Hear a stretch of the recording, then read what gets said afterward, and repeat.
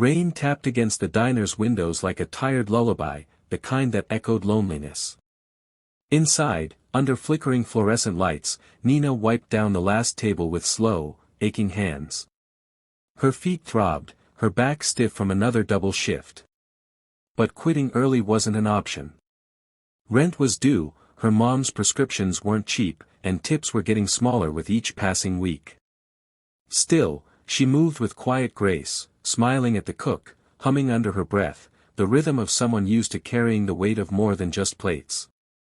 She glanced at the "open" sign, still glowing, and sighed. Then, the bell above the door rang. A gust of cold wind followed a man, older, soaked and swaying on his feet. His suit was wrinkled, shirt half untucked, tie askew. He looked like money, or maybe the ghost of it. He blinked around, bleary-eyed, before slumping into a booth by the window. "Great," the dishwasher muttered from the back. "Another drunk." But Nina didn't flinch. She grabbed a towel, poured a glass of water, and walked over. "You all right, sir?" she asked, her voice soft but steady. He tried to speak but only mumbled. She gently placed the glass in front of him and offered a smile, not the kind you fake for tips, but one that said, "I see you. You're human." In that moment, something shifted, though neither of them knew it yet. Nina just thought she was helping someone make it through the night. The rain hadn't let up when Nina helped the man out of the booth an hour later. He'd sobered up just enough to mutter an address, his words thick with regret and whiskey. The other staff had already left, tossing glances her way, "Don't do it, Nina." But she had already made up her mind. She grabbed her umbrella and steadied him as they stepped into the storm. Her old sedan sat alone under a flickering streetlight. She opened the passenger door, helped him in, and covered his lap with a blanket she kept in the trunk for emergencies. As she drove, windshield wipers working overtime, the man stared out the window in silence. Then, he spoke, his voice slurred but heavy with meaning. "I used to own the world, you know. Then I lost what mattered. My wife. My son won't talk to me." Nina didn't ask questions. She just listened. "You're kind," he added suddenly. "People aren't kind anymore."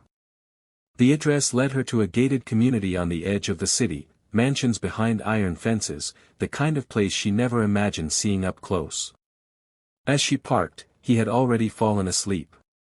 She left a note in his coat pocket, "You got home safe.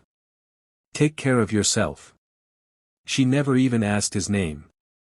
Driving back, soaked and tired, Nina thought only of her warm bed and the early shift ahead. What she didn't know was that her quiet act of kindness had just stirred something deep in a broken man's heart. The next morning, the diner buzzed with the usual noise, clattering dishes, sizzling griddles, and half-hearted small talk. Nina showed up early, same as always, apron tied tight and hair pulled back. She moved with practiced efficiency, greeting regulars with that familiar warmth. By the register, she checked her tip jar. It was nearly empty. She stared at it for a second, then chuckled softly. "Guess kindness doesn't pay the bills," she muttered under her breath, shaking her head. But there was no bitterness in her voice, just quiet acceptance. No one knew what she'd done the night before. She hadn't told a soul. Not her co-workers, not her manager, not even her mom. To Nina, it was simple, someone needed help, and she'd helped. End of story.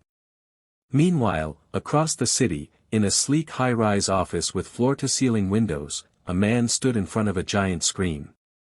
Mr. Grant, clean-shaven now, in a pressed suit, watched grainy footage from a traffic camera.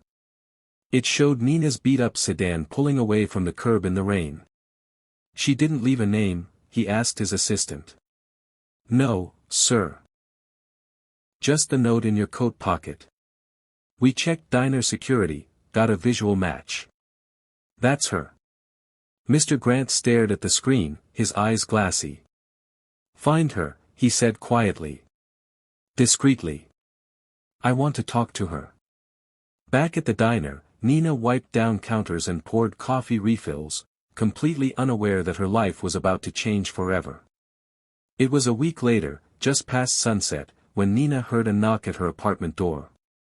She wasn't expecting anyone, just folding laundry and sipping tea, trying to stretch her paycheck until Friday. She opened the door to find a sharply dressed courier holding a sleek white envelope. "For Ms. Nina Thomas," he said. Nina blinked. "That's me." He handed it over, nodded, and left. No explanation. No small talk. Inside, she sat on the couch, turning the envelope in her hands. It felt heavy. She opened it slowly, carefully.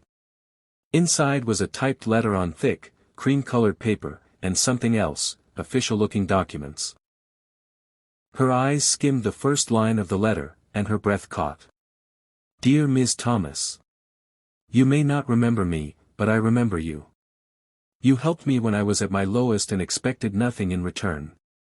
That kind of compassion is rare. It saved me. It reminded me of who I used to be. I want to return that kindness the only way I know how." Her hands trembled as she unfolded the papers. Title of ownership, Grant Park Hotel. She read it twice. 3 times. The reality hit like a wave. This wasn't a prank. This was real. She was now the owner of a luxury hotel in the heart of the city.